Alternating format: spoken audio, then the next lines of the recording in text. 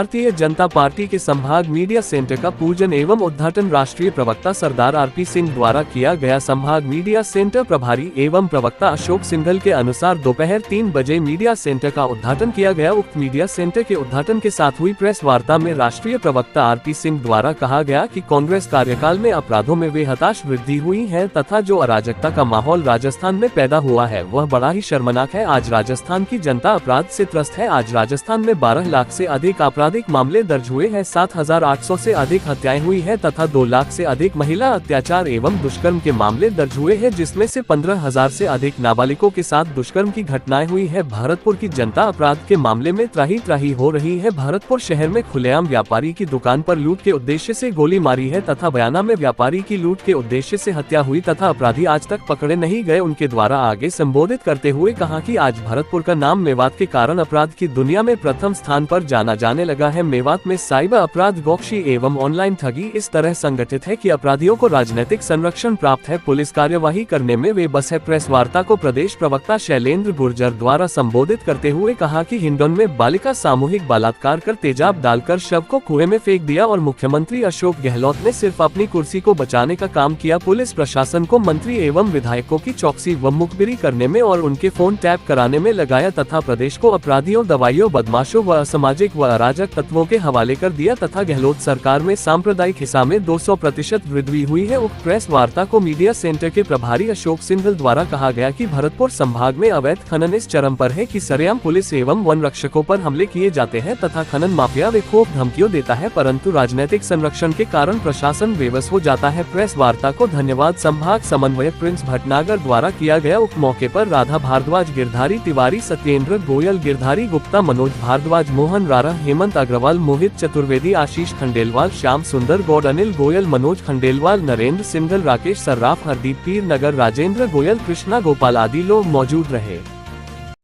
Media का पूरा जो सेक्शन को खोल दिया है। मीडिया विभाग आज से, हम तो पहले से कर रहे हैं, तो आज उसका फॉर्मल ऑफिशियल हमने ये जगह निर्धारित कर दी है। आपका स्वागत है। अब आप जब भी चाहें मिल सकते हैं। कक्षा में वैसे भी मारते हैं, तो अब थोड़ा और सुविधा हो जाएगी। अलग से एक सिंघल साहब और शैलेंद्र जी आपके बीच में है।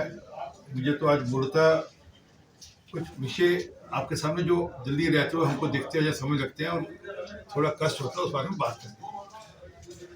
राजस्थान हमसे बचपन से जैसे सिखों को माना जाता है शूरवीर, ऐसे राजस्थान के लोगों को भी हम लोग शूरवीर मानते हैं। ये त्याग की और शूरवीर वालों की धरती है और भक्ति और शक्ति की धरती है, ये हम निरंतर मानते हैं। परंतु पिछले कुछ सालों में, खासकर पिछले 5 सालों में या पौने 5 सालों में उस छवि को धक्का लगा है। वो जो छवि थी कि यहाँ पर बहनों का बड़ा मान सम्मान होता है, बहनों की बड़ी इज्जत होती है, उस पर एक धब्बा भी लगा और धक्का भी लगा। इस प्रकार से राजस्थान ये माना जाता था कि जितना सम्मान यहाँ पर बहनों को मिलता है वो कितना देश में कहीं नहीं मिलता। आज बिल्कुल पलट गया मामला। मेरे पास डेटा है जो बताते हैं कि किस प्रकार यहाँ पर लगातार हत्याएं, डकैती, चोरी, लूट, गैंगवार, अपहरण, महिलाओं के साथ बलात्कार, बच्चियों के साथ बलात्कार, उनके साथ दुष्कर्म किस प्रकार हुआ, वह सचमुच मन को भी धक्का लगता है और पूरे समाज को भी एक किस्म का प्रश्न उठाता है। परंतु ये होता तब है जब जो लोग सत्ता में हो वो उसकी तरफ ध्यान न दे, या वह उसको अपने राजनीतिक कारणों से उसको छोड़ दे कि चलिए हमारा व्यक्ति इन्वॉल्व है, हमारा कारण से छोड़ देना चाहिए। बिल्कुल जो डेटा उसमें चौंकाने वाला डेटा है कि पिछले पौने 5 साल में उनका 12 लाख से अधिक आपराधिक मामले दर्ज हुए हैं और लगभग 7800 से अधिक हत्याएं हुई और 350 डकैतियां और 665 के लगभग लूट के मामले और लगभग 1.5 लाख चोरी के मामले। देश में किसी भी राज्य में ऐसा फिगर नहीं है। राजस्थान से जिनकी जनसंख्या 3 गुना 4 गुना बड़ी है, उनके यहाँ भी इस प्रकार का मामला नहीं है जिस प्रकार यहाँ पर है। अब मुझे एक शब्द में कहना चाहिए तो ये कह सकता हूँ कि राजस्थान अब कानून व्यवस्था का राज्य नहीं रहकर जंगल व्यवस्था का राज्य होकर यहाँ पर जंगल राज चल रहा है। तो जिस प्रकार का यहाँ पर महिलाओं के साथ अत्याचार या दुष्कर्म हुए, 2 लाख से अधिक मामले पिछले दिनों में महिलाओं के ऊपर अत्याचार दुष्कर्म के दर्ज हुए, जिसमें से 32,000 मामले ऐसे जो सामूहिक बलात्कार के हैं। लोगों को उत्साहित करती है, लोगों को उस तरफ धकेलती है कि वो इस प्रकार के काम करें। मतलब सामूहिक बलात्कार समाज के ऊपर एक बड़ा कलंक है और उसमें सरकार पूर्णतः विफल हुई कि उसको कंट्रोल करे। और उसमें भी 15,000 से अधिक जो मामले हैं वो बेटियों के हैं, वो नाबालिग बच्चियों के हैं। यहाँ पर 15,000 से अधिक बच्चियों के साथ दुष्कर्म हुए।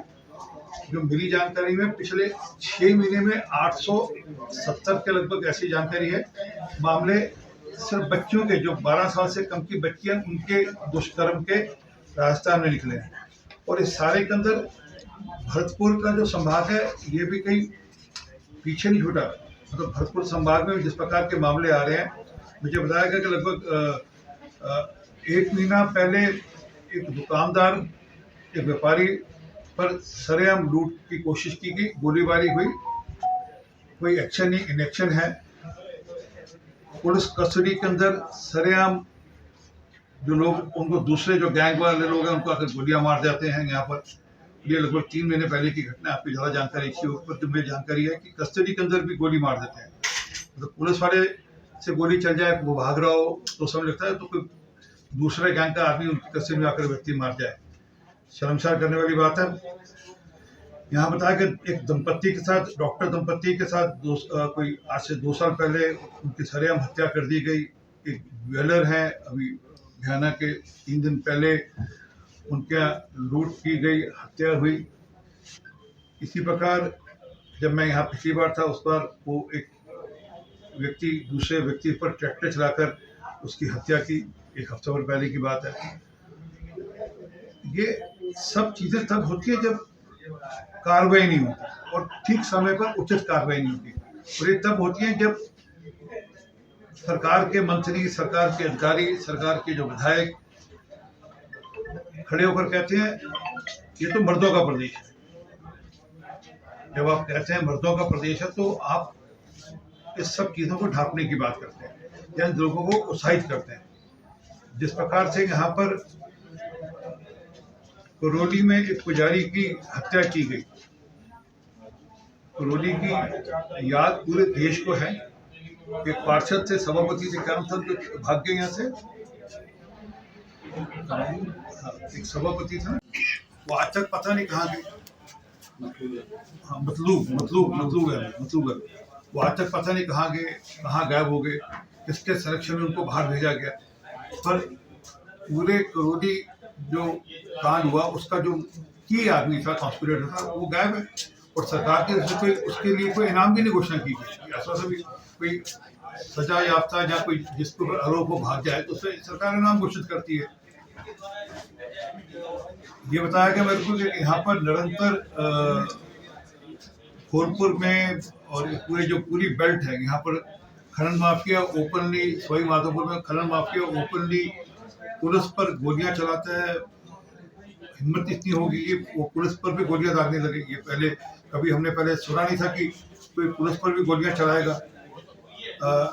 यहाँ पर मुझे बताया कि प्रदेश में जो एवरेज फिगर आई, सच में शर्मसार करने वाली है।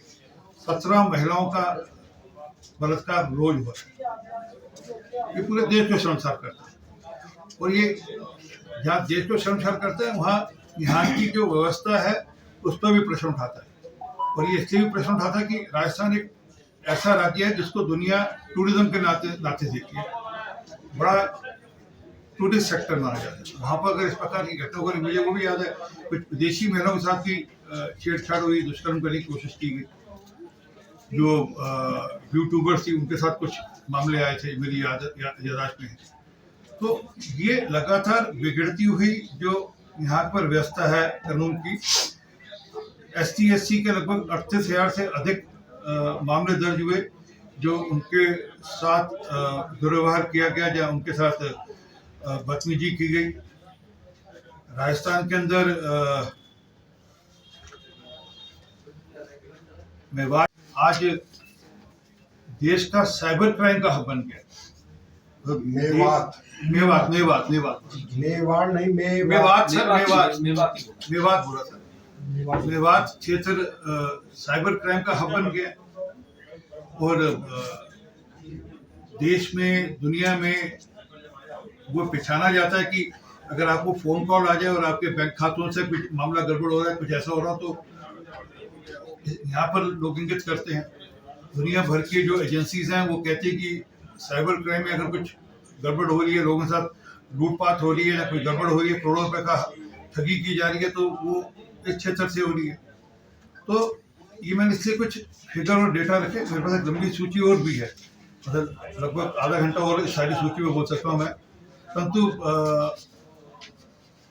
राजस्थान एक सद्भावपूर्ण से एक सौहार्द में रहने वाला प्रदेश था।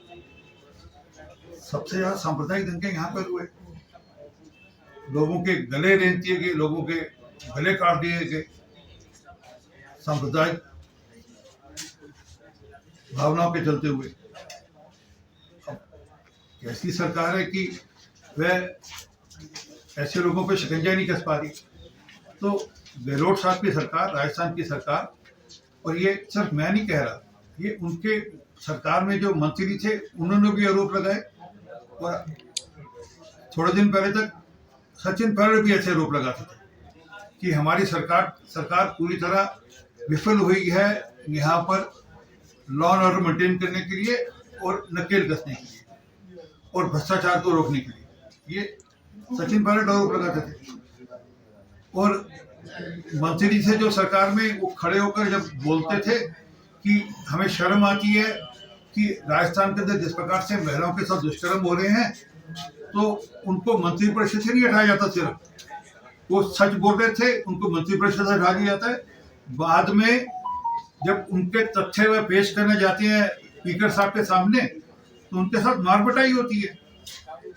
मेरी यादाश्त में आज लगभग 45 सालों में जो सामाजिक राजनीतिक जीवन में मैंने कभी इस प्रकार का सुना नहीं कि कोई व्यक्ति अगर सबूत पेश करने जा रहा है, उसके साथ आप जो आपका मंत्री रहा, आपका सहयोगी रहा, सर इसलिए कि वो कुछ तथ्य आपके समक्ष रखना चाहता था, इसकी आपने सदन के अंदर पिटाई कर दी।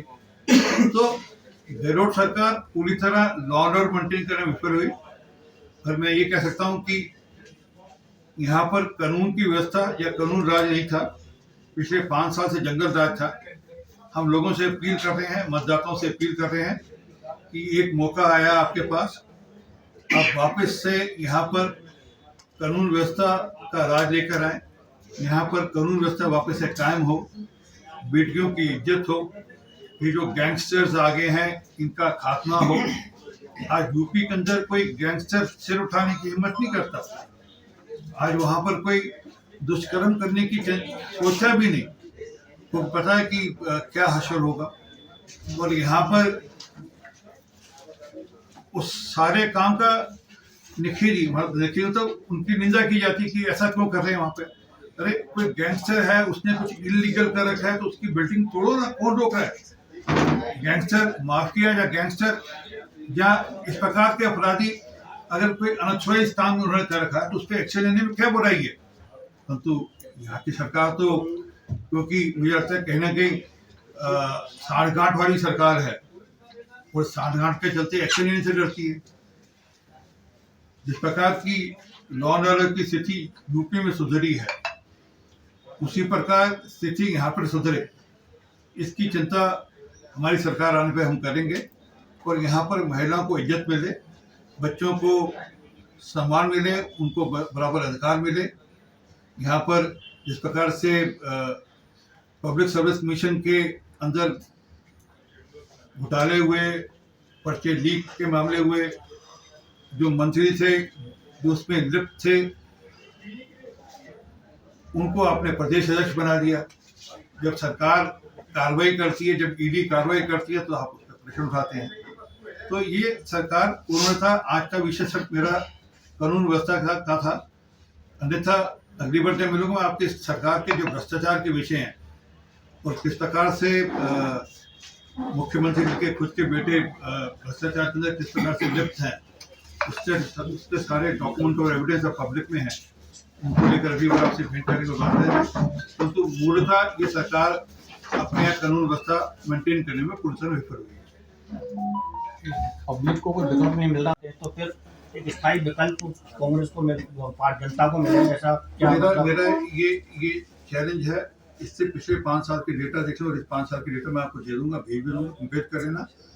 इस प्रकार की दुर्व्यवस्था नहीं थी जहाँ पर बेटियों के साथ इतनी बड़ी संख्या में साथ बलात्कार होने के, बेटियों को सरेआम जलाकर उसका मारकर रेप कर उनको तंदूर में जला दिया जाता है। मतलब मुझे अपने युवा काल की बात याद आती है जब नैना सानी कांड हुआ था कांग्रेस के राज में, सुशील शर्मा ने किया था।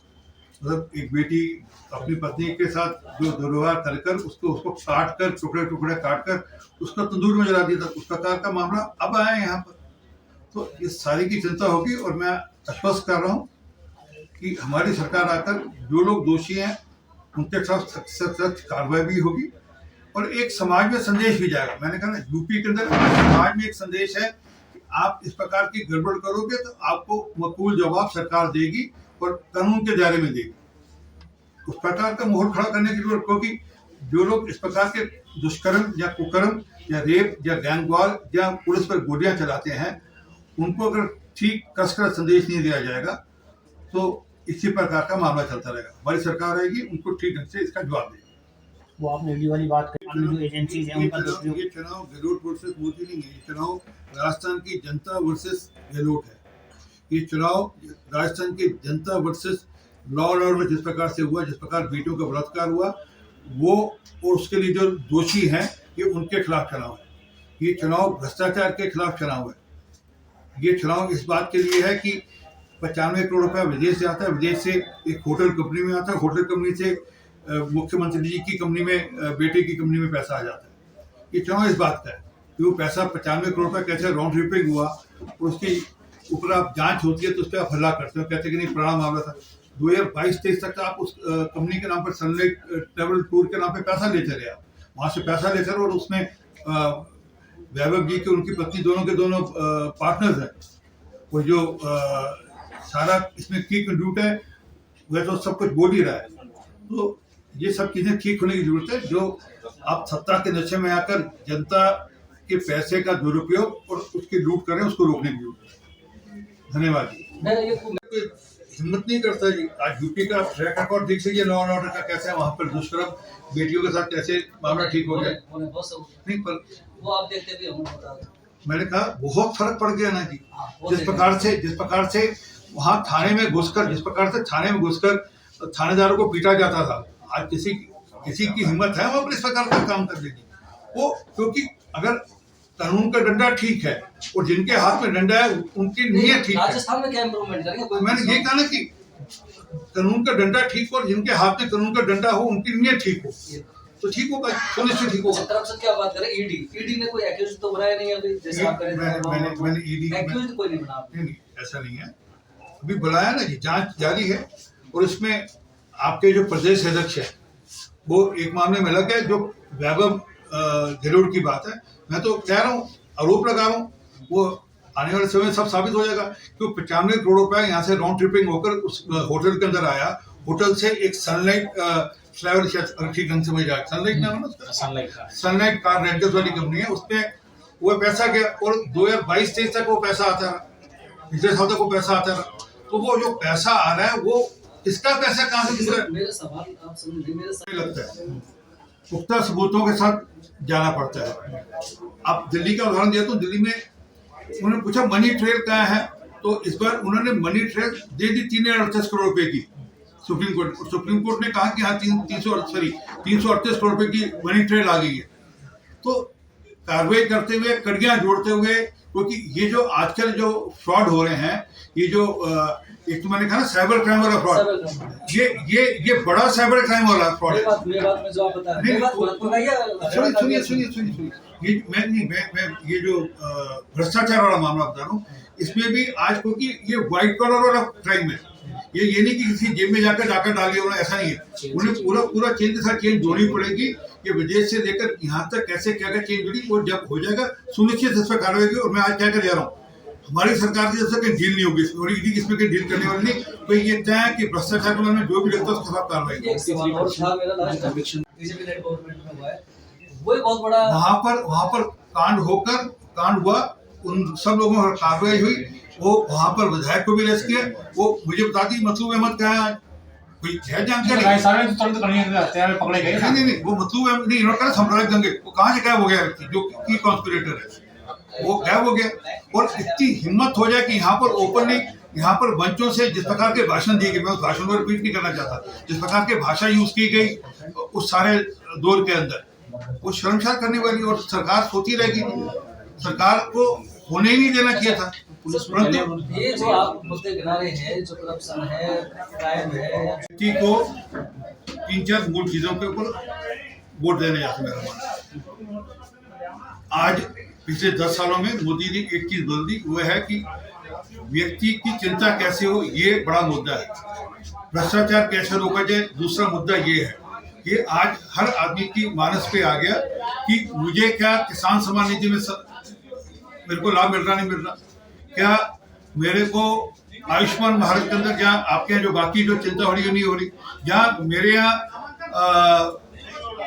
सिर पे छत मिल रही नहीं मिल रही, जहाँ कोरोना के दौरान के अंदर मेरी चिंता किसी ने की नहीं की, मेरा किसी ने हाथ पकड़ मेरी चिंता की नहीं की, क्या कोरोना के अंदर सारे समाज की चिंता की नहीं की, क्या कोरोना के बाद भी आज तक भी क्या गरीब आदमी की चिंता की नहीं की।